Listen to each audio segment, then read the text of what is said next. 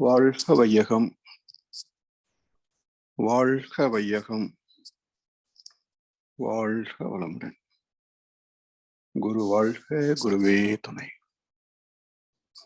சிந்தனையை, உடல் நலத்தை சீரமைத்து உய்வித்த குருவே வாழ்க, வாழ்க வளமுடன், வாழ்க வளமுடன், வாழ்க வையகம். சான்று பெருமக்களே, அர்த்தமுள்ள தமிழ் மாதங்கள் தொடர் சிந்தனையிலே இந்த அமர்விலே 6வது மாதமாகிய புரட்டாசி மாதத்தின் சிறப்புகளை பகிர்ந்து கொள்ள இருக்கின்றோம். புரட்டாசி மாதத்திலே சனிக்கிழமைகளில் விசேஷ விரதமும், பெருமாள் ஆலயங்களிலே சிறப்பு வழிபாடு பூசைகளும் நிகழ்வது உண்டு. மேலும் இந்த மாதம் பித்ருக்களுக்கு பிரீத்தி செய்கின்ற மாதமாக, நாளாக, குறிப்பாக மகாலய அமாவாசை அன்று பித்ரு கடன் செலுத்துகின்ற நாள் என்ற சிறப்பும் உண்டு. மேலும் புரட்டாசி மாத மகாலய அமாவாசைக்கு பிறகு அடுத்த நாள் பிரதமை திதியில நவராத்திரி குழு என்ற ஒரு சிறப்பான பண்டிகை, கிட்டத்தட்ட 10 நாட்கள் கொண்டாடுகின்ற ஒரு பண்டிகை உண்டு. அது பிரதமையிலே தொடங்கி தசமியிலே வித்யாரம்பம் என்ற ஒரு நிகழ்ச்சியோடு நிறைவேறும். இந்த பண்டிகைகள் அல்லது சிறப்பு நாட்களின் தத்துவார்த்தம் என்ன? எதை சொல்வதற்காக நம்முடைய முன்னோர்கள் இந்த நாட்களை எல்லாம் விழா நாட்களாக அறிவித்து சென்றிருக்கின்றார்கள்? தற்காலத்தில் அது எப்படி திரிந்திருக்கிறது என்ற 2 கோணங்களிலேயும் நாம் கருத்துக்களை சிந்திக்க இருக்கின்றோம். தெய்வத்திலிருந்து பரிணமித்த பஞ்சபூதங்கள், ஜீவராசிகள்,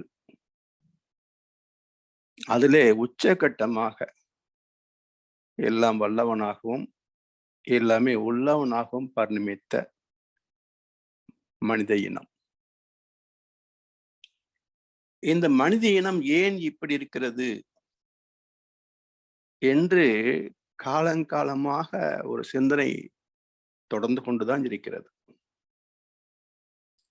இன்றைக்கும்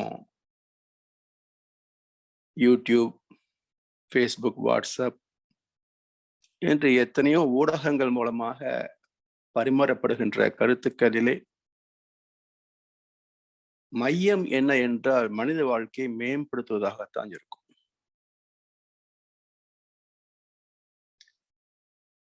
இந்த நோக்கம் ஆயிரக்கணக்கான ஆண்டுகள் ஆகியும் இன்றும் நிறைவு பெற்றதாக இல்லையே. காரணம் என்ன என்றால் பொருள் தெரியாத போதனைகள். எதற்காக இந்த கருத்தை நாம் சொல்லுகின்றோம் என்று பொருள் தெரியாமலேயே ஒரு பதிவிடுகின்றார். பொருள் புரியாமலேயே ஆயிரக்கணக்கான பேர் அதை மற்றவர்களுக்கு பகிர்கின்றார்கள். இது இன்றைக்கு மின்னஞ்சல் வழியாக நிகழ்கிறது. இதற்கு முன்பு சொற்பொழிவு மூலமாக நிகழ்ந்து கொண்டிருந்தது, புத்தகங்கள் மூலமாக நிகழ்ந்து கொண்டிருந்தது. அப்ப எந்த வகையிலையும் தெளிவான கருத்து வந்து சேரவில்லை என்பதுதான் நமக்கு கிடைக்கின்ற பதில். சரித்திரத்தை புரட்டி பார்க்கின்ற போது புரட்டு ஆசி, புரட்டாசி, புரட்டுதல் என்றாலே அனுபவங்கள் என்றுதான பொருள். எதை புரட்ட முடியும்? பஞ்சபூதங்களிலே இருக்கின்றவற்றை புரட்டி பார்க்கலாம். மறை பொருள் என்று தேடுகின்ற போது அனுபவங்களைத்தான் புரட்டி பார்த்தாக வேண்டும். இரண்டையும் இணைத்து சொல்வதும் புரட்டாசி. பஞ்சபூதங்களையும் புரட்டி பார்க்க வேண்டும், அனுபவங்களையும் புரட்டி பார்க்க வேண்டும். இப்படி இரண்டையும் புரட்டி பார்க்கின்ற போது ஒவ்வொன்றுக்கும் மூலம் ஒன்று என்று தொடர்ந்து கொண்டே போகின்றன. எனக்கு மூலம் தாய் தந்தை, அவர்களுக்கு மூலம் எனது தாத்தா பாட்டி, அவர்களுக்கு மூலம் எனது கொள்ளு தாத்தா பாட்டி. இப்படி தொடர்ந்து பின்னோக்கி போய்கொண்டே இருந்தால் எங்கே சென்று அது முடிகிறது என்றால், இந்து தத்துவம் பேசுவது போல ரதி மன்மதனிலே முடியும். கிறித்தவம் பேசுவது போல ஆதாம் ஏவாளிலே முடியும். விஞ்ஞானம் விளக்குவது போல XY குரோமோசோமில முடியும். சரி, அவை எங்கிருந்து வந்தன என்று இன்னும் பின்னோக்கி போகின்ற போது அவை பஞ்சபூதங்களை காட்டும். பரமாய சக்தியுள் பஞ்சமாபூதம் தரம் மாறி தோன்றும் பிறப்பு, நிலமைந்து நீர் 4 நிடங்கி 3 உளவை 2 1 விண் என்று அறிவித்தார் அவை பிராட்டியார். அப்ப புரட்டாசி எதை சொல்ல வருகிறது என்றால், பரம் ஆய சக்தியுள் பஞ்சமாபூதம். அந்த பரம்பொருளாகிய ஆதி சிவமாகிய சுத்த வெளியிலே வெளிப்பட்டவைதான் பஞ்சமாபூதங்கள். பரமாய சக்தி உள் பஞ்சமாபூதம் தரம் மாறி தோன்றும் பிறப்பு. அப்ப அந்த பஞ்சபூதங்களிலே ஒரு தரமாற்றம் நிகழ்ந்திருக்கிறது. அந்த தரமாற்றம் என்ற சொல்லுக்கு தான் அவதாரம் என்று சம்ஸ்கிருதத்தில் சொல்வார். அவ என்றால் மாற்றம், தரத்தி என்றால் தன் நிலையில், அவதாரம் என்றால் தன் நிலையில் அடைந்த மாற்றம், தன் மாற்றம், டிரான்ஸ்ஃபர்மேஷன். அப்போ உள்ள ஒன்றே அடைந்த மாற்றம். அப்படி பஞ்சபூதங்களிலே என்ன தரமாற்றம் நிகழ்ந்ததால் ஜீவன் வந்தது? பஞ்சபூதங்களிலே என்ன தரமாற்றம் நிகழ்ந்ததால் உயிர்கள் தோன்றின? இது இந்த வினாடி வரைக்கும் தத்துவத்திலேயோ விஞ்ஞானத்திலேயோ விளக்கப்படாத ஒரு சத்தியம். எங்கும் கிடையாது. தரம் மாறியது. ஆனால் எப்படி, எவ்விதம் தரம் மாறியது என்ற கேள்விக்கு அறிவியல் பூர்வமான விளக்கம் பெற வேண்டும் என்றால், நம்முடைய பிறப்பு,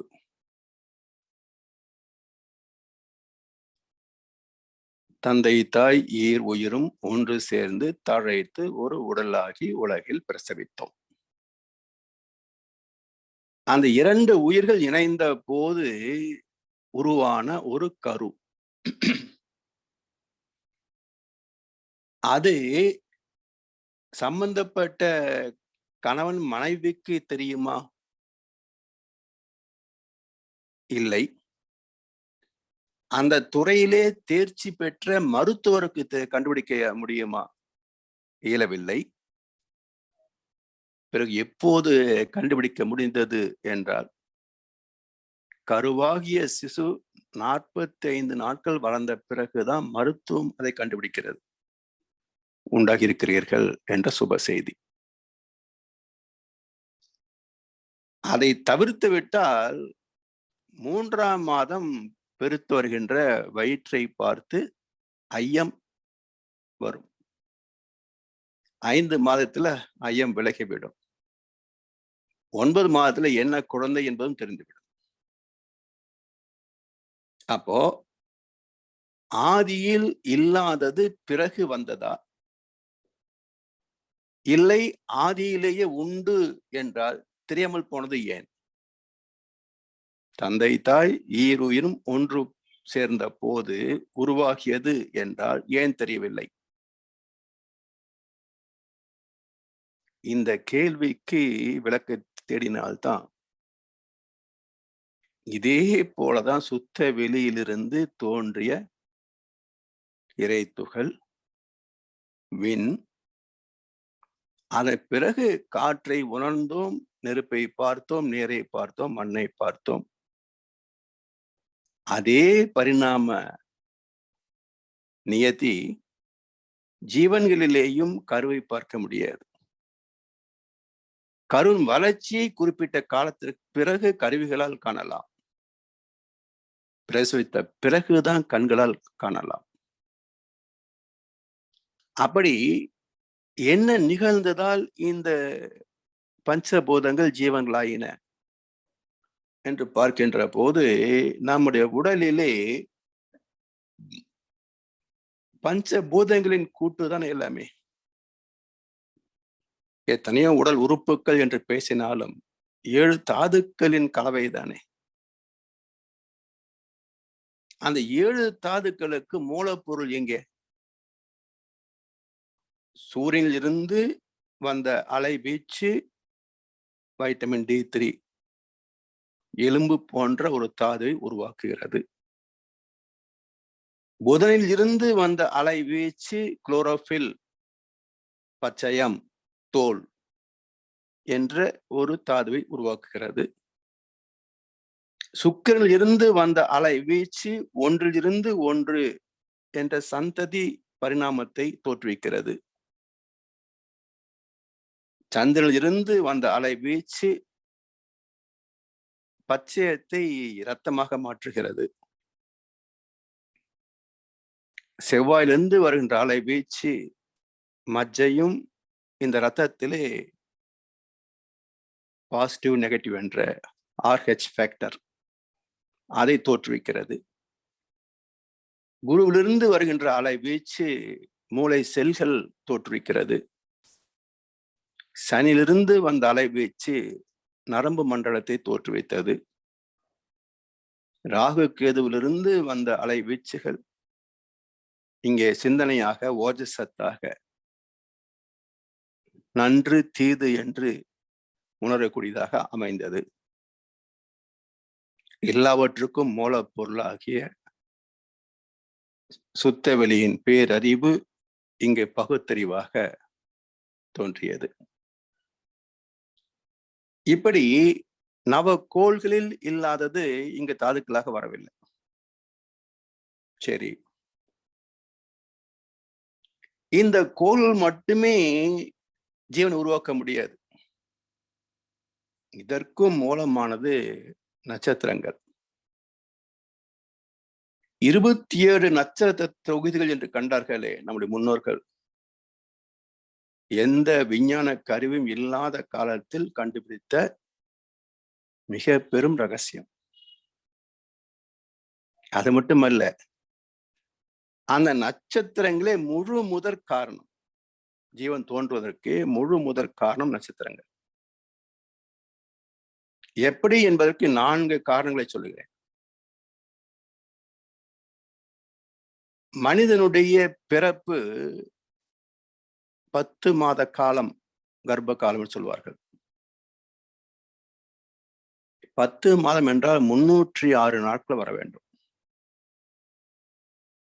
எந்த தாயும் 306 நாட்கள் சுமந்ததாக சரித்திரம் இல்லை. 270, 75, 80, 85 இதுதான் கணக்கு. அப்ப 270 நாட்கள் என்றால் அது 9 மாதம் தானே ஆச்சு. பிறகு 9 மாதம் சுமந்து விட்டு 10 மாதம் சுமந்து பெற்றேன், 10 மாதம் சுமந்து பெற்றேன்றார்களே. ஒரு மாசம் என்ன தீபாவளி இனாமா என்ன? காரணம் என்ன என்றால், எந்த நட்சத்திரத்தின் அலை வீச்சால் ஒரு சிசு கருவாகிறதோ அதிலிருந்து ஒரு வட்டம் முடிக்கின்ற போது 1 மாத கணக்கு. அப்ப 270 நாட்கள், 27 நட்சத்திர தொகுதிகள், அப்ப 10 மாத கணக்கு என்று சொன்னார்கள். அப்ப நட்சத்திரங்களின் வரிசையை வைத்து 10 சுழற்சியில் உருவான கரு பிரசவம் ஆவதனால் அதை 10 மாதம் சொன்னார்களே தவிர நாட்காட்டியின்படி 10 மாதம் அல்ல. இது ஒரு காரணம். இரண்டாவது, 14 வயதிலே பக்குவம் அடைகின்ற உடல் ஒரு பெண்ணின் உடல். 40 வயது வரைக்கும் மகப்பேற்றை அளிக்கக்கூடிய காலம். ஒரு பெண் 27 குழந்தைகளை பிரசவிக்க முடியும் என்று காட்டியதுதான் கிருஷ்ண பரமாத்மாவின் நண்பர் குசேலனுக்கு 27 குழந்தைகள் என்ற கதை. இதை கண்ணாசுடைய பாடலிலே வருஷம் ஒரு பிள்ளை பெத்தெடுத்தேன், இப்ப வயசு 26 ஆச்சு என்று ஒரு வேடிக்கையான பாடல் ஒன்று உண்டு. அது வேடிக்கை என்றாலும் உள்ளே ஒரு உண்மை இருக்கிறது.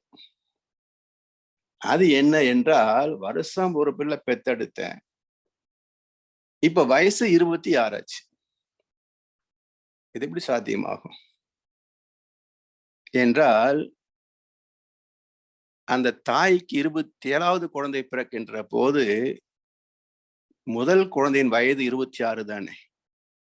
வருஷம் ஒரு பிள்ளை பெத்தெடுத்தேன், வயசு 26 ஆச்சு. இப்ப மொத்தம் 27 குழந்தைகளை பெறக்கூடிய ஆற்றல் தாயின் கருப்பைக்கு உண்டு. இது இரண்டாவது காரணம். மூன்றாவது, 14 வயதிலே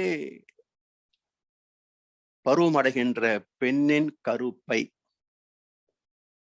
ஆரோக்கியமாக இருக்கின்ற வரைக்கும் 27 நாட்கள் முடிந்து 28ஆம் நாள் விலக்காகும். இது மூன்றாவது காரணம். நான்காவது முக்கியமான ஒரு காரணம், ஜீவன்களின் அனுபவங்கள் அனைத்தும் பதிகின்ற அலை நீளம் பீட்டா ஃப்ரீக்வன்சி என்று சொல்லக்கூடிய 14 முதல் 40 அலை வரைக்கும் உள்ள நிலை. அப்ப 40லே 13 கழித்து விட்டால் 27 வரும். அனைத்து ஜீவன்களின் அனுபவங்களும் பதிந்திருக்கின்ற அலைக்களம் 27 எண்களில் அடங்கும். இப்படி 4 காரணங்களால் நட்சத்திரங்களின் தாக்கம் இல்லை என்றால் இங்கே ஜீவன் வந்திருக்க முடியாது, உயிர் வந்திருக்க முடியாது. மூன்றாவது, இந்த பூமியில் அமைந்த பஞ்சபூதங்களிலே ஒரு விசேஷமான கூட்டமைப்பு தோன்றிய காலம்.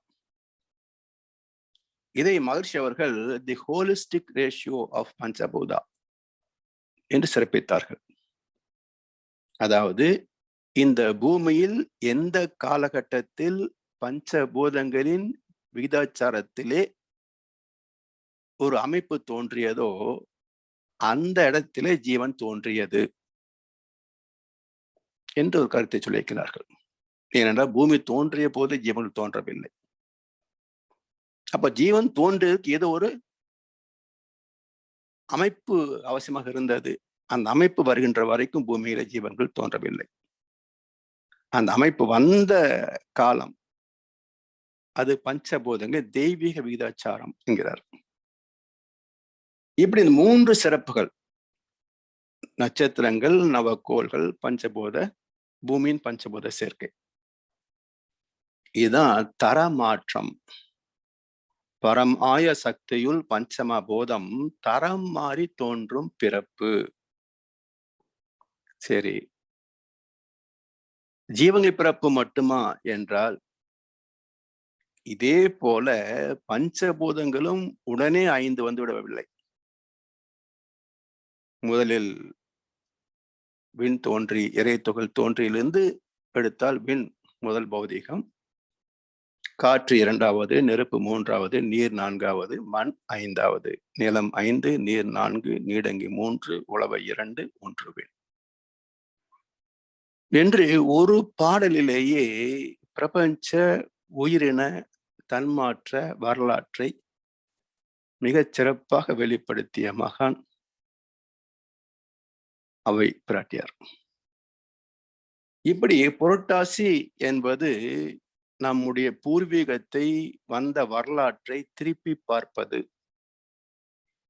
பார்த்து எந்த மூலத்தில் இருந்து அனைத்தும் பரிணமித்ததோ அந்த மூலத்தின் ஆசியை பெறுவது. புரட்டு ஆசி, அந்த மூல பரம்பொருளின் ஆசியை பெறுவது. ஆசியை பெறுவது என்றால் எப்படி? இப்போ கோவிலுக்கு போகிறோம். அந்த கோவிலை நெருங்குவதற்கு முன்பே கடைத்தெரு இருக்கும். எந்த ஊராக இருந்தாலும் கோவிலுக்கு முன்பே கடைத்தெரு இருக்கும். அதில் நுழைகின்ற போதே ஒவ்வொரு கடைக்காரன் அழைப்பார்கள். தேங்காய் பழம் வாங்கிக் கொள்ளுங்க, பூஜை சாமான் வாங்கிக் கொள்ளுங்க என்று அழைப்பார்கள். பணத்தை கொடுத்து பூஜை சாமான்களை வாங்கிக் கொண்டோம். கோவில் முகப்பிலேயே தேங்காய் பழ சீட்டு, அர்ச்சனை சீட்டு, அபிஷேக சீட்டு, நன்கொடை என்றெல்லாம் பிரத்யேகமான கவுண்டர்ஸ். அவரிடத்திலே பணத்தை செலுத்தி அதற்குள்ள ரசீதை பெற்றுக் கொள்கின்றோம். பிறகு ஆலய தரிசனம், தீபாரதனை எல்லாம் முடிகிறது. அர்ச்சகர் தட்டை கொண்டு வந்து நீட்டுகின்றார். அதில் தட்சணை வைக்கின்றோம். அவர் பிரசாதம் தருகின்றார். முடிந்து வெளியே வருகின்றோம். பிச்சைக்காரர்கள் தர்மம் பண்ணுங்க சாமி என்று கேட்கிறார்கள். பணத்தை கொடுத்து தர்மத்தை வாங்கி கொண்டோம். சரி, எதுக்கு வந்தோம் கோவிலுக்கு? நோக்கம் என்ன? இறைவனின் திருவருளை பெறுவதற்காக கோவிலுக்கு வந்தோம். திருவருள் கிடைத்ததா? கிடைத்ததா? நிச்சயமாக தெரியுமா கிடைத்தது என்று? இப்ப அந்த கேள்வியை பிடித்துக் கொண்டு ஆராய்வோம். கோவிலுக்கு வந்ததன் நோக்கம் இறைவனின் திருவருளை பெறுவது. இத்தனை கூத்துகளிலேயும் திருவருள் சம்பந்தப்பட்டிருக்கிறதா? இப்போ பக்தனுக்கும் தெய்வத்துக்கும் ஒரு உரையாடல் நிகழ்ந்தால் எப்படி இருக்கும்? பக்தன் கேட்கிறான், சாமியுடைய திருவருள் எனக்கு வேண்டும். தெய்வம் கேட்கிறது, எனது திருவருளை உனக்கு தருவதற்கு நீ என்ன செய்தாய்? பக்தன் சொல்லுகிறான், நான் தான் அபிஷேகம் ஆராதனை செய்தேன், பூஜை சாமான்கள் எல்லாம் கொண்டு வந்தேன். அதெல்லாம் நீதான் எடுத்து போகிறாய், எனக்கு என்ன செய்தாய்? அர்ச்சனை செய்தேனே, அது காற்றோடு போனது. அபிஷேகம் செய்தேனே, அது உன் வயிற்றோடு போனது. சரி, நன்கொடை தந்தேனே, எதற்கு தந்தாய்? கோவில் நிர்வாகத்தை கோவிலை நிர்மாணிப்பதற்காக, பிறகு பராமரிப்பதற்காக. அப்ப கோவிலை பராமரித்தால் எனக்கு லாபம், உனக்கு லாபமா? கோவிலை பராமரித்தால் பக்தர்கள் வந்து போவதற்கு சௌரியமாக இருக்கும். அப்ப கோவில் பராமரிப்பதற்காக நன்கொடை கொடுத்தாய். சரி, தட்டில தட்சணை வைத்தேனே, அது பூசாரியுடைய வயிற்றுப்பாட்டுக்கு. என்னதான் சொல்கிற வருகிறாய் தெய்வமே, எனக்கு உன் திருவருள் வேண்டும், நான் செய்ததெல்லாம் இல்லை என்கிறாய். என்ன செய்தால் நீயும் உன் திருவருள் எனக்கு தருவாய்? யார் என் தெய்வ நீதியின்படி வாழ்கிறானோ அவனுக்கு எனது திருவருள் கிடைக்கும். அதனது தெய்வ நீதி. தனக்கோ பிறருக்கோ தற்காலத்திலேயோ பிற்காலத்திலேயோ உடலுக்கோ மனதுக்கோ நன்மையே தருகின்ற எண்ணம், சொல், செயல் தெய்வ நீதி. இந்த தெய்வ நீதியை பின்பற்றினால் நான் கோடீஸ்வரன் ஆவது எப்படி? உயர்ந்த பதவிகளை அடைவது எப்படி? மக்கள் மத்தியில செல்வாக்கு பெறுவது எப்படி? இது சாத்தியமே இல்லையே. என்றான் பக்தன். தெய்வம் சொன்னது, அப்படி என்றால் என் திருவருளை தருவதும் சாத்தியமில்லை.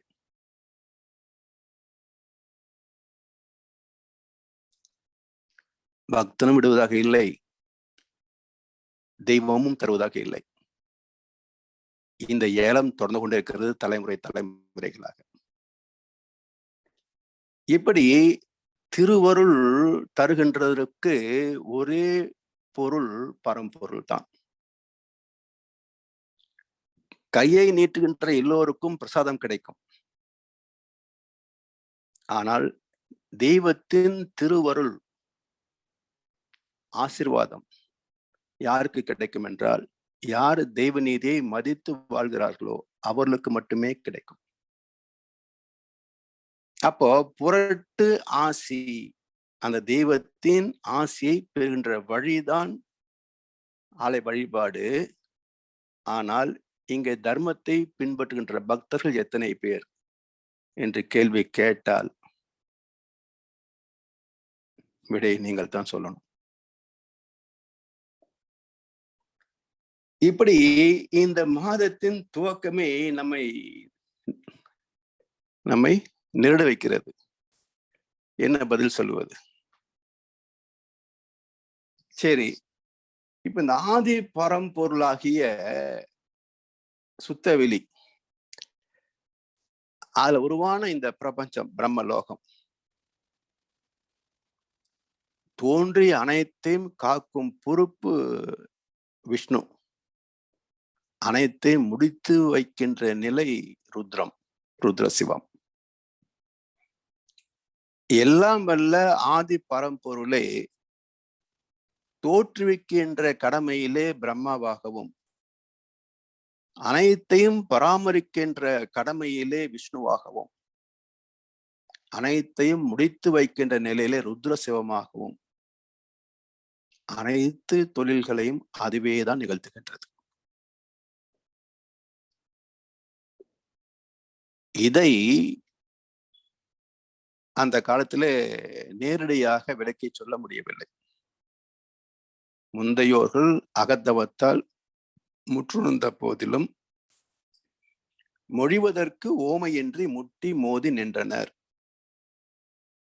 இந்த நாள் விஞ்ஞானமோ ஏற்றம் பெற்றதால் அதை இயங்கிட மின்சாரம் மூலம் எல்லாருக்கும் உணர்த்தலாம். அந்த மெய்ஞானத்தோடு அணு விஞ்ஞானம் இரண்டையும் அறிந்து உய்ய பாலம் போன்ற ஆக்க ஞானம் காந்தமே என்று மகர்ஷி கவியில சொல்கிறார்.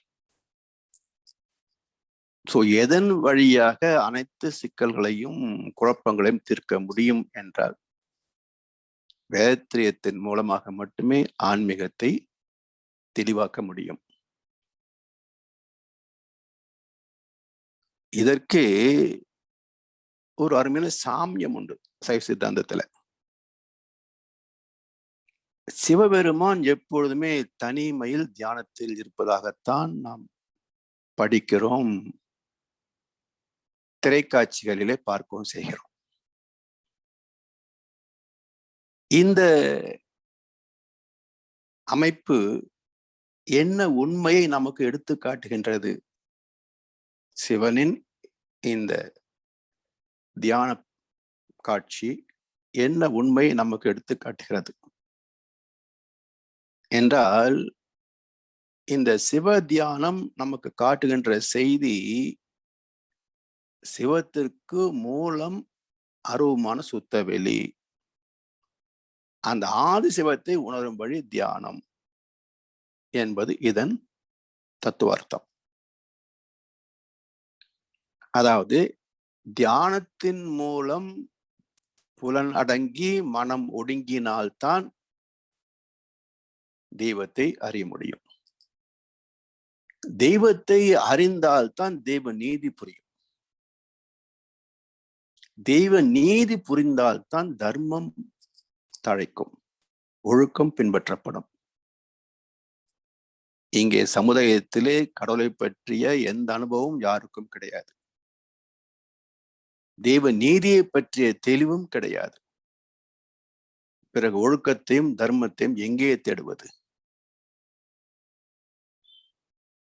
வெறும் சடங்கு மட்டுமே மிச்சம், சம்பிரதாயங்கள் மட்டுமே மிச்சம்.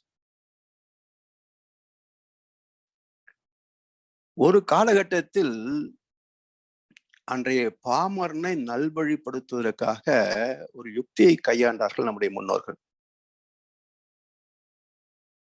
வாழ்கின்ற காலத்தில் தர்மத்தை பின்பற்றி வாழ்ந்தால் இறந்த பிறகு உனக்கு சொர்க்கத்திலே இடம் கிடைக்கும். அங்கு எல்லா வகையான சுகபோகங்களையும் அனுபவிக்கலாம். மாறாக அதர்மத்தை செய்தால், பாவத்தை செய்தால் நரகத்திலே போட்டு வருத்தி விடுவார்கள். பல வகையான துன்பங்களை சந்திக்க வேண்டி வரும் என்று ஒரு ஜீவனின் ஆசை, பயம் என்ற 2 கோட்பாடுகளை, குணங்களை மையப்படுத்தி சொர்க்கம் கிடைக்கும் என்ற ஆசை காட்டியும், நரகத்தில் துன்புறுவாய் என்று அச்சுறுத்தியும் தர்மத்தை பின்பற்ற வைத்தார்கள் நம்முடைய முன்னோர்கள். இந்த பயபக்தியிலே ஒழுக்கத்தை பின்பற்றுபவர்கள் ஒரு சிலர் உண்டு இன்றைக்கும். ஆனாலும் இது மட்டுமே தெய்வ தரிசனத்தை காட்டிவிடுமா என்றால் முடியாது. ஏனென்றால் இதிலேயும் ஒரு பக்கம் தர்மத்தை பின்பற்றுவான், மறுபக்கத்திலே அதர்மத்தையும் செய்வான். அது பழைய சினிமா பாடலிலே வரும். கொள்ளை அடிப்பவனும் கொலைகள் செய்பவனும் கோவிலை கட்டுவது எதுக்காக? பாவத்தின் சம்பளத்தை சாமிக்கு தந்துவிட்டு காசு பணத்தை மீண்டும் என்ன என்று சொல்வார்கள். இப்படி இவனுடைய பயபக்தி இப்படி போவதும் உண்டு. அதனால் தவம் செய்வார், தம் கர்மம் செய்வார், மற்ற அல்லார் அவம் செய்வார் ஆசை உட்பட்டு என்று ஒற்றை தீர்ப்பை தந்த மகன் வள்ளுவ பெருந்தகை. தவம் செய்யவில்லை என்றால் ஏதோ ஒரு கோணத்தில், ஏதோ ஒரு இடத்திலே அவன் பாவம் செய்தே தீருவான். எனவே மனம் பக்குவமடைய வேண்டும் என்பது இதனுடைய உட்பொருள். அதற்காகத்தான் ஆலயங்களை நிறுவி வழிபாட்டு முறைகளை அறிமுகப்படுத்தினார்கள். ஞானிகளுக்கு பிறகு மக்களை வழிநடத்தும் பொறுப்பு ஞானமற்ற மதவாதிகள் கையிலே சிக்கியது, மத தலைவர்கள் கையிலே சிக்கியது. அவர்கள் சடங்குகளை சிலாகித்தார்களே தவிர அவர்களும் ஞானம் பெறவில்லை. தான் பெறவில்லை என்றாலும் இப்படி ஒரு மார்க்கம் உண்டு என்பதை மக்களுக்கு சொல்லவும் இல்லை. பக்தர்களும் பழங்கதைகளை கேட்பதிலேயே திருப்தி அடைந்தார்களே தவிர எதற்கு, ஏன் என்று யாரும் கேள்வியும் கேட்கவில்லை. நந்தனார் சரித்திரம் கேட்கிறான். சற்றே விலகிரும் பிள்ளாய் என்று நந்தியை விளக்கினார் நந்தனார். சிவ தரிசனம் பெற்றார். அவருக்கு பிறகு இந்த நாள் வரைக்கும் வேறு எந்த சிவாச்சாரியராவது நந்தியை விளக்கக்கூடிய அளவுக்கு பக்குவம் அடைந்திருக்கிறாரா என்று ஒரு கேள்வி எழுப்பினார். என்ன பதில்? கேள்வி எழுப்பக்கூடிய தைரியம் எவருக்காவது உண்டா? சாமி, நந்தனார் அப்படி செய்தார, நீங்க செய்து காட்டுங்களேன் என்று எந்த சிவாச்சாரியாரையாவது, எந்த பக்தனாவது கேள்வி கேட்க முடியுமா? கேட்டால் விளைவு என்ன? இப்படி அந்த பழங்கதைகளை படிப்பதிலேயே நிறைவு பெற்றார்களே தவிர அந்த ஞானத்தை ஏன் மற்றவர் பெறவில்லை? அப்ப ஞானம் எத்தனை வகை என்ற சிந்தனை இன்று வரைக்கும் வரவில்லையே. அதனால் சடங்குகளின் உட்பொருள் என்ன என்று விசாரிக்கும் ஆர்வமோ, தவறு என்றால் நிராகரிக்கக்கூடிய தைரியமோ பக்தர்கள் மத்தியிலே வரவே இல்லை. மகரிஷியின் பெரு முயற்சியால் நம்மை போல் ஒரு சிலர் தான் துணிந்து இந்த கருத்துக்களை சிந்தனைக்கு எடுத்துக் கொள்ளுகின்றோம், கேள்வியும் கேட்கின்றோம். ஆனால் நமக்குள் தான் கேள்வி கேட்க முடியுமே தவிர, நான் எங்கேயாவது போய் கேள்வி கேட்டேன், கதி என்ன? வன்முறைதான். எனவே கேள்விக்கு விளக்கம் சொல்ல மாட்டார்கள், கேட்டவனை முடித்து வைத்து விடுவார்கள். அப்படி முடிந்து போன ஞானிகளும் உண்டே. இப்படி நம்முடைய பூர்வீகத்தை ஆராய்ந்து பார்ப்பது புரட்டாசி. அதாவது நம்முடைய முன்னோர்களை இறைநிலை வரைக்கும் நடந்த பரிணாம வரலாற்றை நினைவு கூர்வது. அப்படி நினைவு கூறுகின்ற போது நம்முடைய முன்னோர் நமக்கு விட்டு சென்றது என்ன? பித்ரு தோஷம் என்று சொல்வார்கள். அதாவது மாதம் ஒரு முறை பெற்றோருக்கு முன்னோருக்கு திதி செலுத்த வேண்டும், அதாவது படையல் போட வேண்டும், பிண்டம் வைக்க வேண்டும். முடியவில்லையா, வருஷம் ஒரு முறை மகாலய அமாவாசை என்றாவது நீ பிண்டம் வைத்து ஆக வேண்டும். இல்லை என்றால் அது உனக்கு பித்ரு தோஷம் என்று சொல்வார்கள். இப்ப அந்த பொருள் என்ன? அந்த பித்ரு தோஷம் என்ற வார்த்தைக்கு பொருள் என்ன? பித்ரு முன்னோர்கள், இதுல யாருக்கும் குழப்பம் இல்லை. தோஷம் என்பது என்ன? ஒரு பழைய திரைப்படத்தில என்.எஸ். கிருஷ்ணன் அவருடைய மனைவி டி.ஏ. மதுரம், அந்த அம்மா கேட்பாங்க, ஏங்க சந்தோஷம் என்ற வார்த்தையிலே தோஷம் இருக்கே, அது எப்படி? என்.எஸ்.கே சொல்வார், வா உனக்கு தெளிவான விளக்கத்தை சொல்கிறேன் வா என்று அந்த அம்மா அழைத்து கொண்டு போய் கொல்லைப்புறத்துல கிணறு இருக்கும், கிணற்றுக்கு சுற்றுச்சுவர் இருக்கும் அல்லவா, அந்த சுவற்றை மீது ஏறி நெல் என்பார். எதுக்கு? ஏறு ஏறு சொல்றேன். நம்ம ஏறி நிற்பார்கள். என்.எஸ்.கே சொல்லுவார், இப்ப நீயாக கிணத்துல குதிச்சுட்டா எனக்கு சந்தோஷம், நானா உன்னை பிடிச்சு கிணத்துல தள்ளி விட்டுட்டா எனக்கு தோஷம். இது நகைச்சுவை என்றாலும் மிக மிக மிக அற்புதமான உண்மை ஒன்று இதுல உண்டு. இது ஒரு நகைச்சுவையாக ஒரு கருத்தை சொல்வார்கள், கணவனுக்கும் மனைவிக்கும் ஒரு பொருத்தம் இல்லை என்று, இது தொலைஞ்சா பரவாயில்ல அது தொலைஞ்சா பரவாயில்ல என்று ஒருத்தருக்கு ஒருத்தர் பகைமை பேசுவதாக நகைச்சுவை செய்வது உண்டு. இப்ப அதன்படிதான் இந்த காட்சியை நாம் பார்த்தாலும் கூட ஒரு உண்மை இல்லை இருக்கு. இப்ப இவர் விடுதலை வேணும், மனைவி வீட்டத்திலிருந்து தொந்தரவிலிருந்து விடுதலை வேணும் என்றால் எப்படி செய்வா? மனைவி தானாக இழந்து விட்டால் இவருக்கு அது சந்தோஷம். இவளால பிரச்சனை தீரவில்லையே என்று இவர் அந்த சந்தோஷத்தை விரும்பி மனைவியை இறக்க செய்து விட்டால் அது தோஷம். அப்போ தெளிவான கருத்து என்ன என்றால், இயல்பில் தானாக வந்து சேர்கின்ற இனிமைகள் சந்தோஷத்தை தரும்.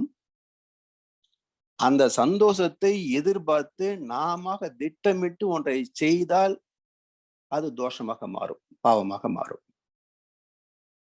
என்றால் பித்ரு தோஷத்தின் பொருள் என்ன? பித்ருக்கள் செய்த தோஷம் பித்ரு தோஷம்.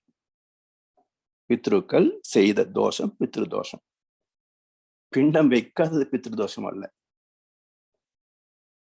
அப்போ பித்ருக்கள் தெரியாமல் வாழ்ந்து செய்த பாவங்கள், அது கருத்தொடராக என்னிடத்திலே வந்திருக்கிறது.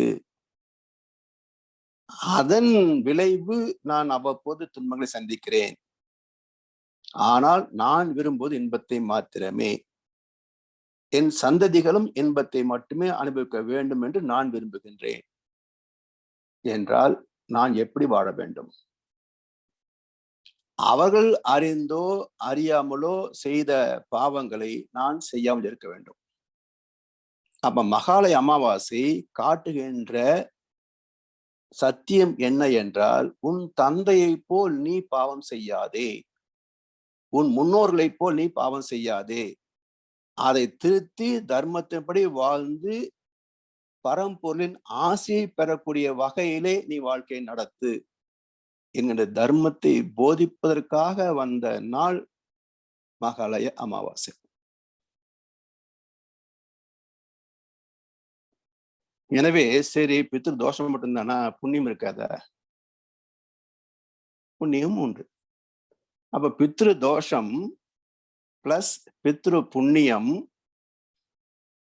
இந்த இரண்டும் சேர்ந்தது சஞ்சித கர்மா.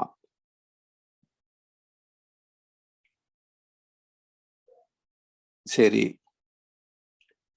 இன்னொரு சிந்தனை செய்து பாருங்களேன். நமக்கு உடல் சரியில்லை என்றால் உணவு கொள்ளாது. உடல் சரியில்லை என்றால் முதலில் உணவு சாப்பிட முடியாது. அப்ப உடல் சரியில்லை என்றாலே உணவு கொள்ள முடியவில்லையே, உடலை இங்கே விட்டுவிட்டு போன முன்னோருக்கு எதுக்கு பிண்டம்? எப்படி சாப்பிடுவான்? நோயுற்றவனே சாப்பிடவில்லை, செத்து போறவன் எப்படி சாப்பிடுவான்? சரி, இது என்ன பொருள்? பிண்டம் வைப்பது என்ற சொல்லுக்கு என்ன பொருள்? பிண்டம் என்றால் உணவு என்றுதான் சொல்லுகின்றோம். இந்த இடத்துல பித்திரு பிண்டம் வைப்பது என்றால் உணவுப் பொருட்கள் பதார்த்தங்களை வைத்து படைக்கிறது. அப்ப பிண்டம் என்ற சொல்லுக்கு உணவு என்று பொருள். இன்னொன்று, அண்டம் பிண்டம் முண்டம் என்றெல்லாம் வார்த்தைகள் உண்டு இல்லையா? அண்டம் பிரபஞ்சம், முண்டம் கழுத்து, பிண்டம் கழுத்து கீழே உடம்பு. அப்ப பிண்டம் என்ற சொல்லுக்கு உடம்பு என்றும் பொருள். சோற்றால் அடைத்த பிண்டம் என்று சொல்வார்கள். அப்ப பிண்டம் என்ற சொல்லுக்கு உணவு, உடம்பு என்று இரு பொருள் உண்டு. வாய் வழியாக உடலுக்குள் போவது உணவு மட்டுமே. ஆத்மாவுக்கு தேவையான சக்தியை கொடுப்பதும் உணவு மட்டுமே. உடல் மூலமாகத்தான் ஆத்மா இந்த உலகிலே வாழ்கிறது, அனுபவங்களை பெறுகிறது. இறந்த ஆத்மாவே மீண்டும் பிறக்கிறது என்ற கருத்து ஒரு காலத்துல இருந்தது. அப்ப அதற்கான உடல் ஒன்று தயார் செய்ய வேண்டும் அல்லவா? அதனால் அந்த உடலை தயார் செய்கின்ற நிகழ்ச்சி தானே தாம்பத்தியம். அப்ப பிண்டம் வைப்பது என்றால் பெண்ணின் கருப்பைக்குள் ஆணின் வித்துவை வைப்பது தாம்பத்தியம் என்று பொருள். பிண்டம் வைப்பது. இந்த கருத்து மறைந்து போனதாலும் ஆத்மாவை பற்றிய தெளிவு இல்லாததாலும் இறந்தவருக்கு பிண்டம் வைப்பது என்ற சடங்கு இன்னும் தொடரும். 22 பேர் கேட்கிறீங்க, 800 கோடி பேர் வாழ்கின்றோம். அப்போ சடங்குன தொலைஞ்சா போகும், தொடரும்.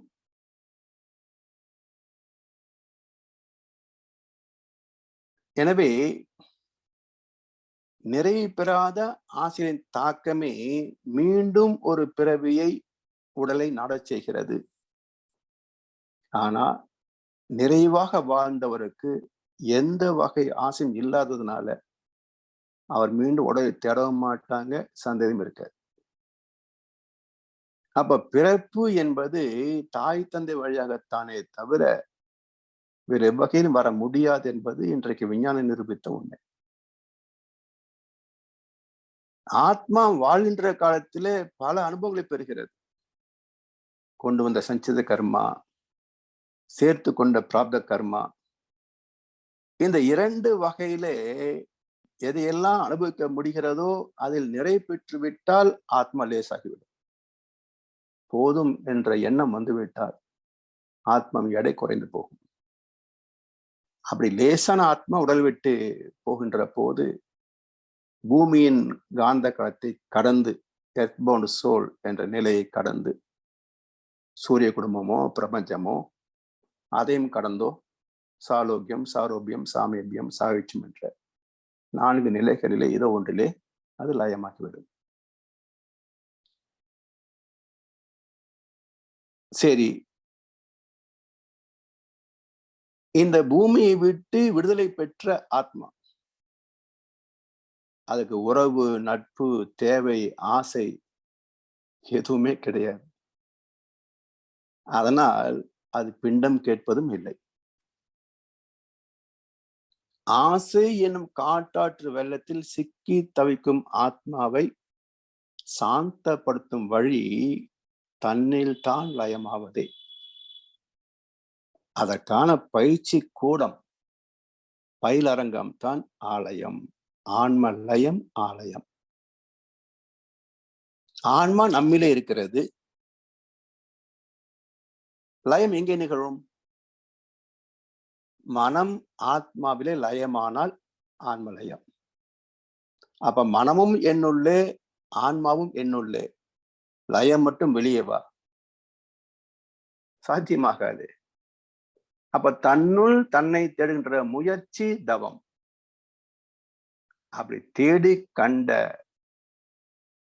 முழுமை ஆன்மலயம். எனவே இது தன்னில் நிகழ்வதே அன்றி புறத்தே நிகழ்வது அல்ல. அதற்கான அலைக்களத்தை தந்து நமக்கு துணை செய்வது, ஆன்மலயத்திற்கு துணை செய்கின்ற இடம் பயிலரங்கம்.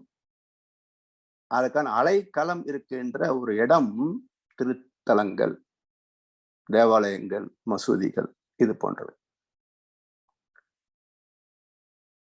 இப்படி நம்முடைய பூர்வீகத்தை புரட்டி பார்க்கின்ற போது அந்த சுத்த வெளி எப்படி இருக்கிறது என்றால் மகாலய அமாவாசை. அமாவாசை இன்றைக்கு வெளிச்சம் இருக்காது, இருள் தானே. இப்போ தன்னில் லயமாவது ஆன்மலயம், தன் மூலமாகிய பரம்பொருளில் லயமாவது மகாலயம். தன் மூலமாகிய பரம்பொருளில் லயமாவது மகாலயம். ஏன்னா மகா என்றால் பெரியது என்று பொருள். எது பெரியது? பெரிதினும் பெரிது எது? அதை விட பெரிது இல்லை என்ற அளவுக்கு நிரூபணமானது எது என்றால் இந்த பிரபஞ்சத்தையே தன்னுள் அடக்கி எல்லையில்லாது விரிந்து கிடக்கிறதே, அதுதானே பெரிய கடவுள். அதான மகா. அந்த மகாவோடு லயமாவது மகாலய அமாவாசை. அந்த இருளாகிய சுத்த வெளியோடு லயமாகின்ற நிலை மகாலய அமாவாசை. அதற்கு கிருஷ்ணம், அகோரம், அமாவாசை இது எல்லாமே இருட்டு என்பதைத்தான் குறிப்பிடும். கிருஷ்ண பட்சம் சொல்வார்கள். சந்திரனின் சஞ்சாரத்துல சுக்கிலபட்சம் பௌர்ணமை நோக்கியது, கிருஷ்ணபட்சம் அமாவாசையை நோக்கியது.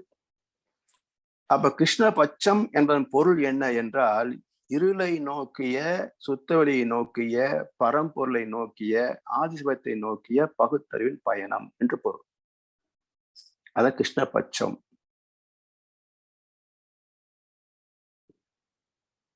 உடலாக இருப்பதும் நானே. தாயின் கருப்பையில் உருவமற்ற உயிராக இருந்ததும் நானே. உயிருக்கு மூலமான சூன்யமும் நானே. உடல் பெரியது, உயிர் துகள் சிறியது என்று உயிருக்கு மூலமான சூன்யத்தை, எல்லையில்லாத பரவெளியை, சுத்த வெளியை விளக்குவதுதான் கீதையினுடைய சாங்கிய யோகம் என்ற அதிகாரம். இதை ஜீவ பிரம்ம ஐக்கிய முக்தி என்று சொல்வார்கள். மகாலயம் என்பதை ஜீவ பிரம்ம ஐக்கிய முக்தி என்று சொல்வார்கள்.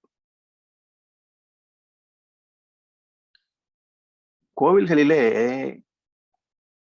அபிஷேகம் செய்வார்கள், தீபாராதனை காட்டுவார்கள்.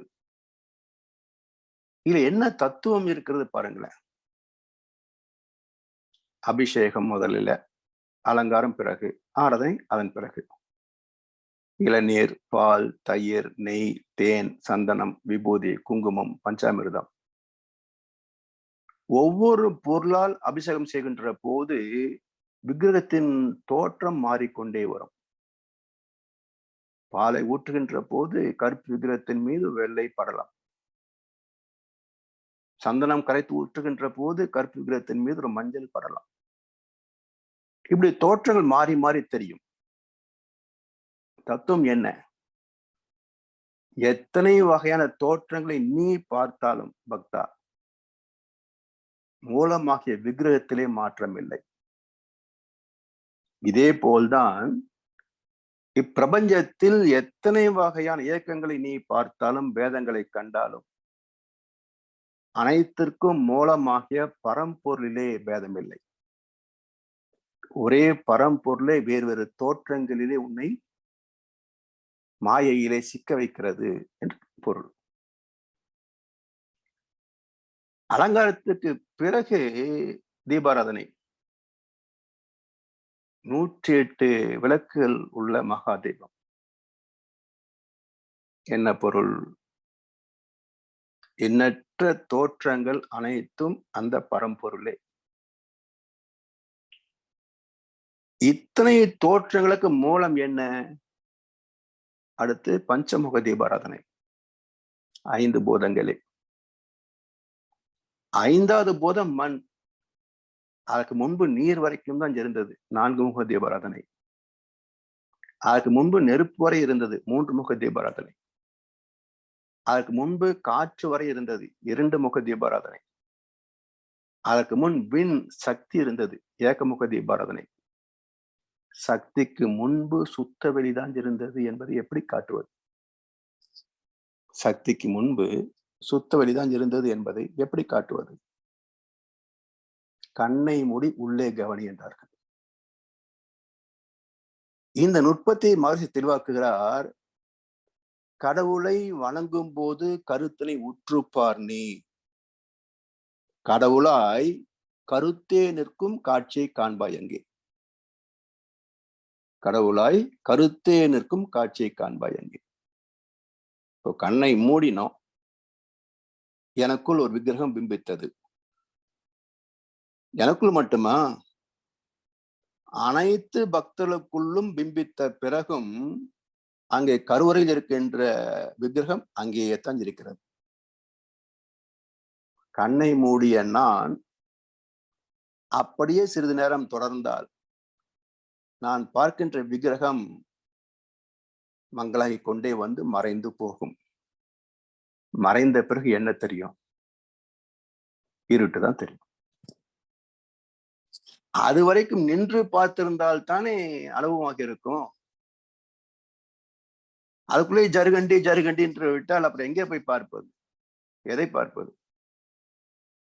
கன்னத்துல போட்டுக்கொண்டு தலையை கூட்டி கொண்டு வர வேண்டியதுதான். எனவே சடங்குகளை வைத்தவர்கள் ஞானிகள், செய்பவர்கள் வெறும் பூசாரிகள்.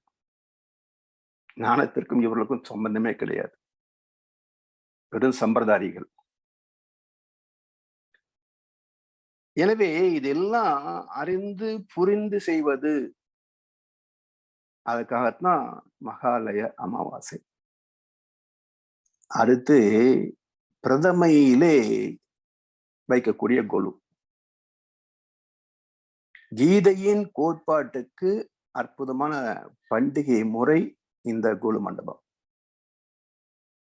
யார் ஒருவன் எல்லா பொருட்களிலும் என்னை காண வல்லவனோ, எனக்குள்ளாக அனைத்தையும் காண வல்லவனோ, அவன் என்னை விட்டு நீங்குவதில்லை, நானும் அவனை விட்டு விலகுவது இல்லை என்பது கீதையின் முக்கியமான ஸ்லோகம். அப்ப எல்லா பொருட்களிலும் இறைவன் காண்பது. அதனால் கொலு மண்டபத்திலே பல வகையான பொம்மைகளை வைக்கின்றோம். அங்கே விளக்கு என்று எதுவுமே கிடையாது. எல்லா தோற்ற பொருட்களையும் வைக்கலாம், வைத்து வணங்குகிறோம். இயற்கை காட்சிகள், மளிகை கடை செட்டியார் பொம்மை, உழவன் பொம்மை, இன்னும் பல பொம்மைகள் எல்லாம் வைக்கிறோமே, எல்லாம் கடவுளா? பிறகு ஏன் வணங்குகிறோம்? எல்லாமே இறைவனின் திருவிளையாடல்களே என்ற கருத்தை ஏற்பதுதான் அனைத்து பொம்மைகளும் வழிபடுவது.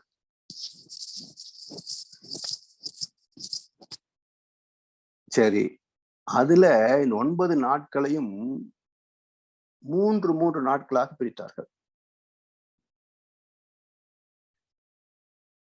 முதலிலே சரஸ்வதி வழிபாடு. அறிவே தெய்வமாக, அறிவே ஆற்றலாக எழுச்சி பெற்றதால் அறிவை அறிந்த குரு, அறியாத சீடனுக்கு கற்றுக் கொடுக்கின்ற முறை கல்வி. அதனால் கல்விக்கு அரசி கலையரசி சரஸ்வதி. அந்த சரஸ்வதி வழிபாட்டை 3 நாள், கல்வியின் முக்கியத்துவத்தை உணர்த்துவது முதல் 3 நாள் வழிபாடு. அதை அடுத்த 3 நாட்கள் லட்சுமி வழிபாடு. இயற்கை வளங்களை வாழ்க்கை வசதிகளாக உருமாற்றி, தரம் மாற்றி, அழகுபடுத்தி அனுபவிக்கின்ற வாழ்வியலை செயல்படுத்துவது பொருளாதாரம்.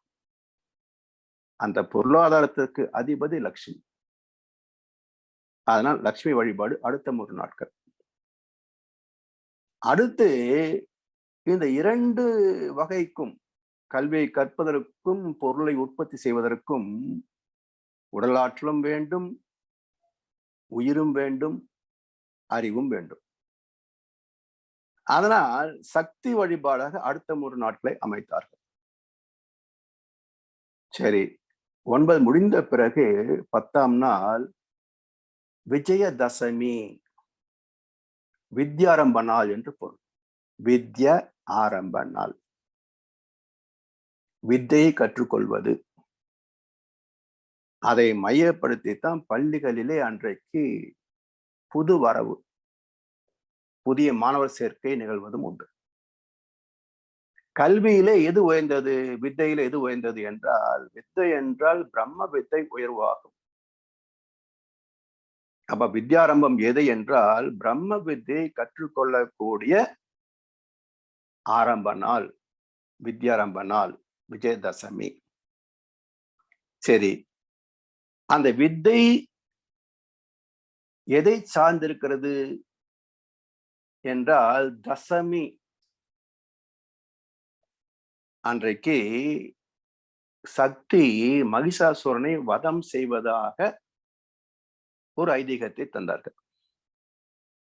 மகிஷ அசுரன், எருமை தலையோடு மனித உடல், அதாவது விலங்கில் இருந்து வித்தெடுத்து வந்த மனிதன். அதனால் விலங்கின தன்மைகள் இவனிடத்தில் இருக்கும். தனக்கு தேவையில்லை என்றாலும் பிறர் வளம் பறித்தல், பிறர் பொருள் பறித்தல், பிறரது உழைப்பை சுரண்டுதல், பிறரது சுதந்திரத்தை துன்புறுத்துதல், இப்படி எல்லா வகையான குற்றங்களும் நிகழும். இதெல்லாம் விலங்கின பதிவுகள். அப்படி விலங்கிலிருந்து வித்தெடுத்து வந்த இந்த மகிஷாசுரன் மனித குலம் தன்னில் இருக்கின்ற விலங்கின தன்மைகளை வதம் செய்வதே மகிஷாசுர வதம். அப்ப விலங்கின பதிவுகளை வதம் செய்து இவன் மனிதனாக மாற்றம் பெற வேண்டும். பிறகு மனிதனாக உயர்வு பெற வேண்டும். பிறகு தெய்வமாக வாழ்க்கையை நிறைவு செய்ய வேண்டும். இந்த 4 படித்தளங்களை காட்டுவதுதான் விஜயதசமி என்ற மகிஷாசுர வதத்தின் நோக்கம்.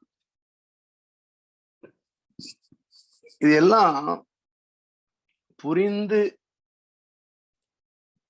அந்த தத்துவார்த்தத்தோடு பயிற்சியை செய்திருந்தோம் என்றால் மக்களுக்கு தெய்வத்தை பற்றிய விளக்கம் அனுபவத்தில் கிடைத்திருக்கும்.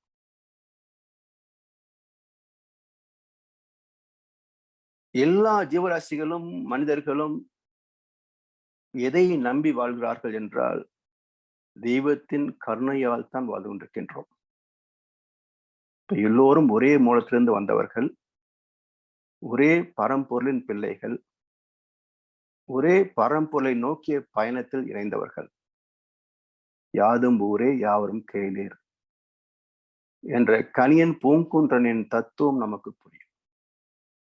உலக சகோதரத்துவம் மலரும்.